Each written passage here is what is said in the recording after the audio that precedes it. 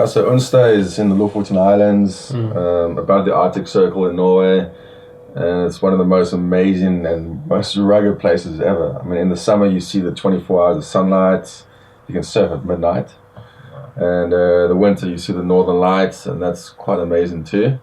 And the waves get pretty good, especially in the fall and the winter. And I'm currently working as a surf coach here, running surf camps and trying to do some surf development. And we have a lot of surf lessons. And so I work at the Lofoten Surf Center, and we run the Go Surf camps. And we actually have the northernmost surf shop in the world, actually. Mate, how fun are the waves here? I mean, that session. Pretty epic. So good. Yeah, I think you two were like little kids frothing super hard out there yesterday. I think what's better was that there was only us, like 3 of us. So empty, eh? No one in the water. Yeah. I mean, isn't that something to do with it being 4 degrees, the middle of nowhere? Or does it get crowded here? Yes, it does, yeah. I think the other day, the day before I arrived, there were like 30 people in the water. So it can get crowded in the cold and the dark, but we had it lucky. Mate. So what are the waves like for you back home? Well, I live in J Bay, so that's like surfer's paradise, the ultimate surfer's dream. Yeah, so it's always good. Like a bad day, there's a good day, so it's very nice. And the crowd is good. I'm friends with all the locals. Yeah. And so you grew up, didn't you, surfing in South Africa? Yeah, I grew up in South Africa, actually in a place called East London. Yeah. Not London. Not London, not mixed up, very different. Exactly, yeah. Yeah. And then I moved to Jeffreys Bay when I was 19. So wow. And you been surfing the whole time, or when did you first start surfing? Yeah, I started surfing when I was 13. I'm 33 now, so it's been 20 years. 20 years Can't experience. believe it, It's a long time. So East London, so I've been to South Africa one time. I've surfed East London one time, a place called Nahoon Reef. And in the car park, as I'm suiting up for these perfect waves, this woman comes up to me and says, do not go in the water. Whatever you do not go in the water, because my son had a shark attack just a few months ago. And she fully freaked me out. And she was going to everybody in the car park, persuading them not to go in. So what was that about? Because that's something to do with you, eh? Yeah, well, you said that was my mum, right? I think it was your mum. My mum, she did freak out and panic about the whole incident. So not surprising. I mean, it's for a mum. Yeah, for sure. Yeah. Yeah, well, I mean, after my attack, my mom said, there was a sign from God saying you have to quit surfing. Wow. And my dad was like, no, you can surf, it's your choice. And but my mom was very panicked and freaked out about the whole incident, like any mom would be. But now she's very stoked and happy that I surf. So what happened? Tell the story. What was the deal that day? I'll tell you the story. So I was 15 years old when it happened. And this was the first day back at school after our winter holidays, and the waves were pretty good, like blue sky, no wind. Wow. It was pretty warm for a winter's day. Water was crystal clear, maybe 15, 16 degrees Celsius, and waves were maybe 3 to 4 feet. And the funny thing is we were supposed to have surf training that day at the beach break, and it was cancelled, so we all went to the reef. And like an hour and a half into the surf, one or two guys had got out the water. And later on, they said because they felt uncomfortable in the water. And one or two guys said they saw a shark, but they didn't tell anyone. No way. But anyway, so they got out, and like a few moments later, I'm busy paddling for a wave. And while I was paddling for this wave, these 2 great white sharks came for me, maybe around 4 meters long each. And that's 2 great white sharks, not 1 but 2. Exactly, 2 of them, yeah. It's unreal, actually. Yeah. I've never heard of that. Neither have I. Yeah, now. Yeah. So you're sat there, did you see them coming? No, I never. So I was paddling for the wave, 100% focused on the wave. And all of a sudden, I just got knocked into the air from the shark on my left. Yeah. And it just came from underneath and bumped me and knocked me into the air and kind of flipped me around and grabbed my surfboard in my hand and dragged me under the water with it. And the shark on my right was kind of going for my head and shoulders, but it missed me because the other shark got me first. The crazy thing is that this all happened so quickly that I had no idea what was going on. So everything slowed down. I felt no pain when the shark grabbed me, and I had no idea what was going on. Where did it grab you? Which part? My right hand, actually. I'll show you the scars later on. And these 2 fingers were hanging off. There was a big hole in my hand, and my wrist bone was bitten right through. And so I guess there's loads of blood, and so it's happened. You're not feeling pain, but you've realised. What's the moment you realise it was a shark? only later on. So the shark grabbed me, pulled me underneath the water, and then it let go of me and stopped and stared at me face to face, this close, with this mouth wide open. Wow. And again, like I had no idea. And you could see it perfectly with you because the water was clear. You could see. Wow. Could see all of his teeth and his eye just staring into my face, but I had no idea what was going on. I had no idea, and we just had this like little staring contest for a few moments, like, "Hey, what's up?" And then I'm pretty sure the shark was quite confused, and then it swam past me and then behind me and shoved me forward from behind, and then so it bumped you again from the back. Just like it didn't really bump me hard, it just like it like kind of brushed against me, but it like caused me to move around in the water, and then I swam to the surface of the water. And when I got to the surface of the water, I saw all the other people like paddling frantically towards the beach, and I was like, "What's going on? My board is lying in front of me. I'm like just swimming in the water." And then when I get onto my board and see my fingers hanging off, that's when I realized I was attacked by a shark, and that my dream was actually reality. Wow, that was pretty intense. I got into my surfboard, realized that I was attacked by these sharks, and started panicking and freaking out. And the crazy thing is, no one stayed in the water to help me out, and I was like maybe left 100 meters offshore. No way. And Murphy's Law, the ocean went dead flat, not a single wave to catch. And then I started panicking, freaking out, crying, shaking, thinking I was going to die. And so I'm busy paddling, trying to paddle with my right hand, but my fingers are hanging off, so I started paddling with it in the sky or in the air like this. And then I was like, I'm just going to paddle anyway, I need to save my life. I don't care about my fingers. Started paddling, and it was just taking so long, everything slowed down, and I was looking behind me and to my right and left, waiting for the sharks to come back for me.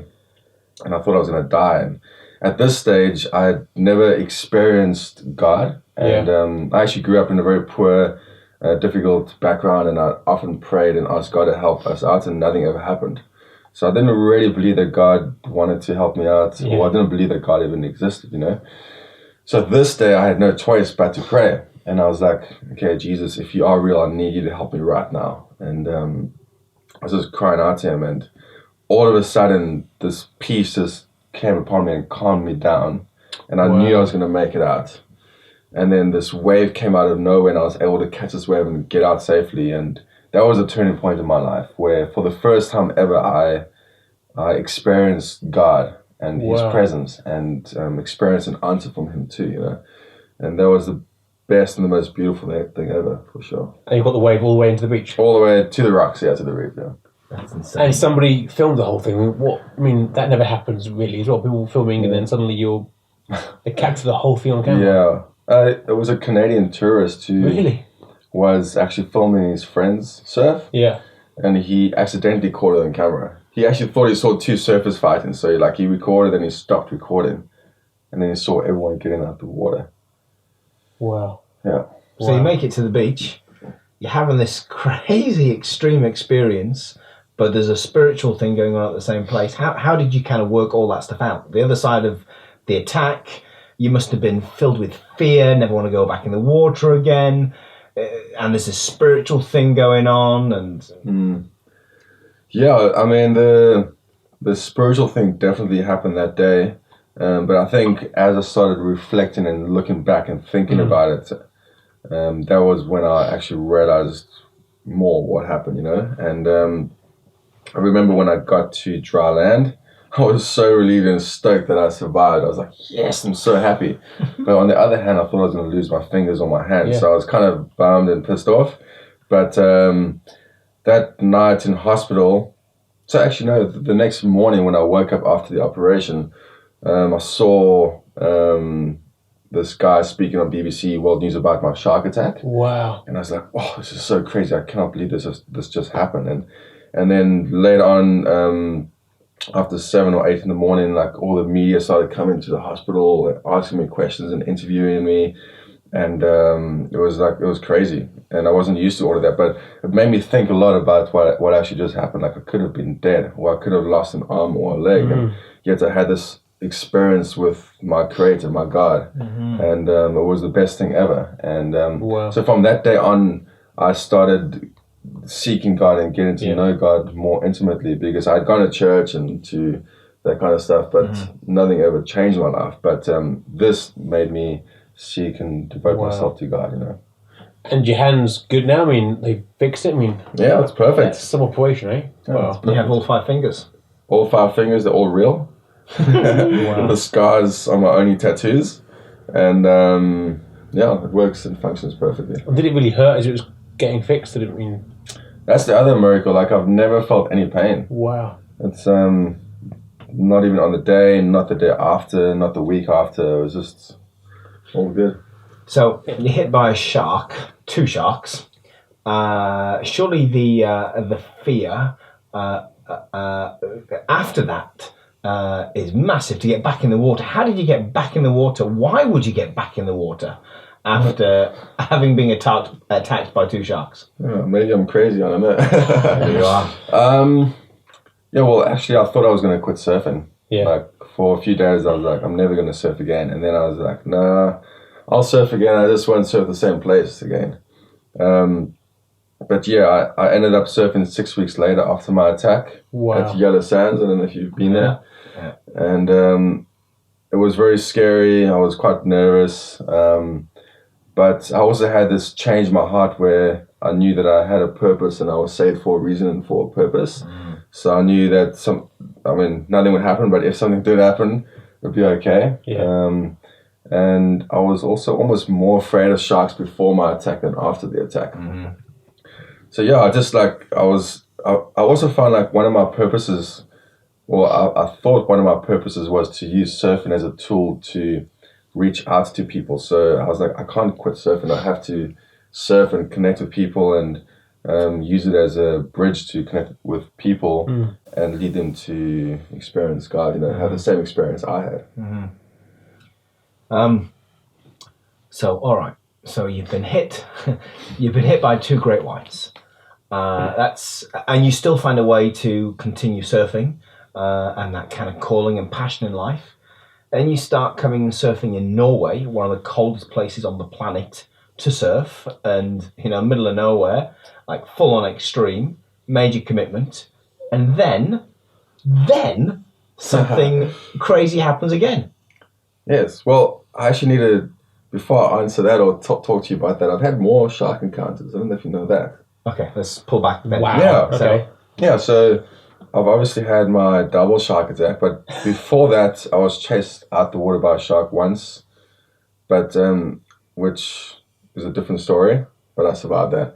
And then 2 years after my double shark attack, I was sitting on my board next to a friend who was like this close to me, and we were waiting for a wave. And I didn't see the shark. The water was super dirty and murky, but the shark came from behind and just knocked me and bumped me off my board, and I went flying one way, my board the other way, and that was pretty scary and intense. But I got back onto my board, and I was like, let's pray quickly. And we started praying and asking for protection, and then all of a sudden I just started laughing. I was like, I can't believe this is happening. The ocean went dead flat, and we were just lying with our arms and legs in the air, like laughing so hard. We're like, okay, we might die, but we might survive as well.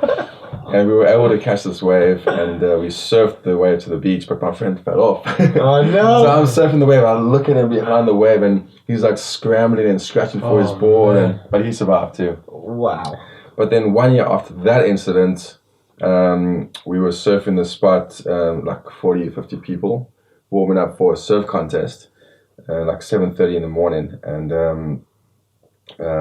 as I paddled past this one guy, he got attacked by this big great white shark, and I like heard all this commotion, and I looked behind me, and there's this big massive 3-meter great white shark like flashing from side to side, going crazy, and it was so scary and intense, and everyone started paddling for shore, myself included. Yeah. But the shark was in between me and the beach, so I had to like kind of swim past the tail end of the shark, and as I get to the tail end of the shark, I saw the surfer pop up alive next to the shark, and I'm like, oh my word, I've got to go help him out.